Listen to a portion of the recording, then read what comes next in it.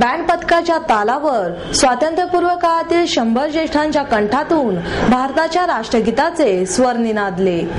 27 डिसेंबर 1911 साली कोलकाता येथील Indian national काँग्रेसच्या सेशनमध्ये पहिल्यांदाच राष्ट्रगीत गायले गेले. त्याला 27 तारखेला 100 वर्ष पूर्ण झाली. या पार्श्वभूमीवर राष्ट्रगीताची 100 ज्येष्ठांनी अनोख्या पद्धतीने साजरी केली.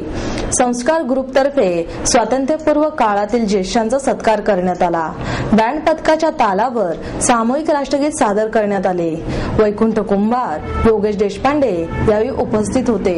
या कार्यक्रमाच्या आयोजनामागची भूमिका सांगताना वैकुंठ कुंभार म्हणाले, आज राष्ट्रगीताला शताब्दी महोत्सव पूर्ण होत आहे आणि त्यानिमित्ताने आपण संस्कार ग्रुपच्या वतीने निवारा ह्या वृद्धाश्रमात येऊन आपल्या आईवडिलांच्या सानिध्यात ह्या राष्ट्रगीताचं गायन खास बँड पथकावर आयोजित केलेलं आहे. याचा उद्देश की आज वाढत्या कलियुगातील या यांत्रिक युगामध्ये आपण सगळी संस्कृती विसरत चाललेलो आहोत आणि संस्कार ग्रुप नेहमी हे संस्कार जपण्याचा प्रयत्न करत आहे आणि त्यातलाच हा एक भाग राष्ट्राला सन्मान आणि राष्ट्राला एक अभिमान म्हणून आम्ही राष्ट्रगीत खास बँड पथकावर वाजवून त्याचा शताब्दी महोत्सव आम्ही साजरा केलेला आहे.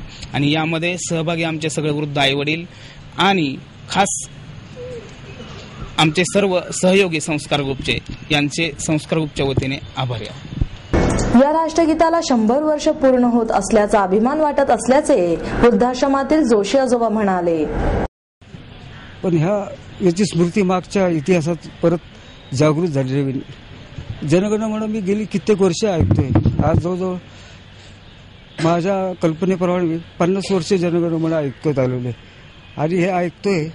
आणि आज 100 वर्ष कधी गेले होत आले हे सुद्धा मला काही कळलं नाही. मध्यंतरी पेपरमध्ये वाचून मला कळलं होतं की 100 वर्ष झाली. पण ह्या उपक्रमानंतर परत उजाळ आली नवीन याला. आपल्याबद्दल मला फार आनंद वाटत आहे मनात या गोष्टी.